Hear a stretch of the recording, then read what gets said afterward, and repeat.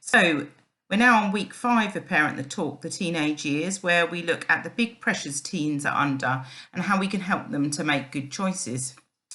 Despite it looking like teenagers don't listen to us as parents, research does show that they do value and trust their parents' views. We need to try to understand the world that our young people are experiencing and the big pressures they face, such as sex, alcohol, pornography, drugs, and bullying. Now, there's lots of worrying topics there, and not all young people are going to get involved in any or all of those things, but it is important that we have a think about all of the things that they may be pressured to be involved in through social media or contact with their friends. We can't protect them forever, so we do have to try to support and empower them to make good choices as they become independent adults. Sharing our own values with our teenagers is important, but this will best be done by modelling these values to them. If they see you talking badly about somebody, they're going to think that that's okay to do too. If they hear you swear or see you get drunk regularly, they might mimic this behaviour. However, if you swear once and it's a rare occasion and you apologise for it, they will respect you more when you're challenging them over bad language.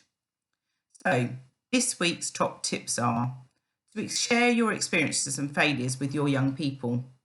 They're more likely to confide in you if they understand you are also not perfect. It's really important for them to understand that you were a teenager once too, that you probably made mistakes, you may have tried different lifestyles or behaviours, but that hasn't necessarily meant that you've carried on doing those things.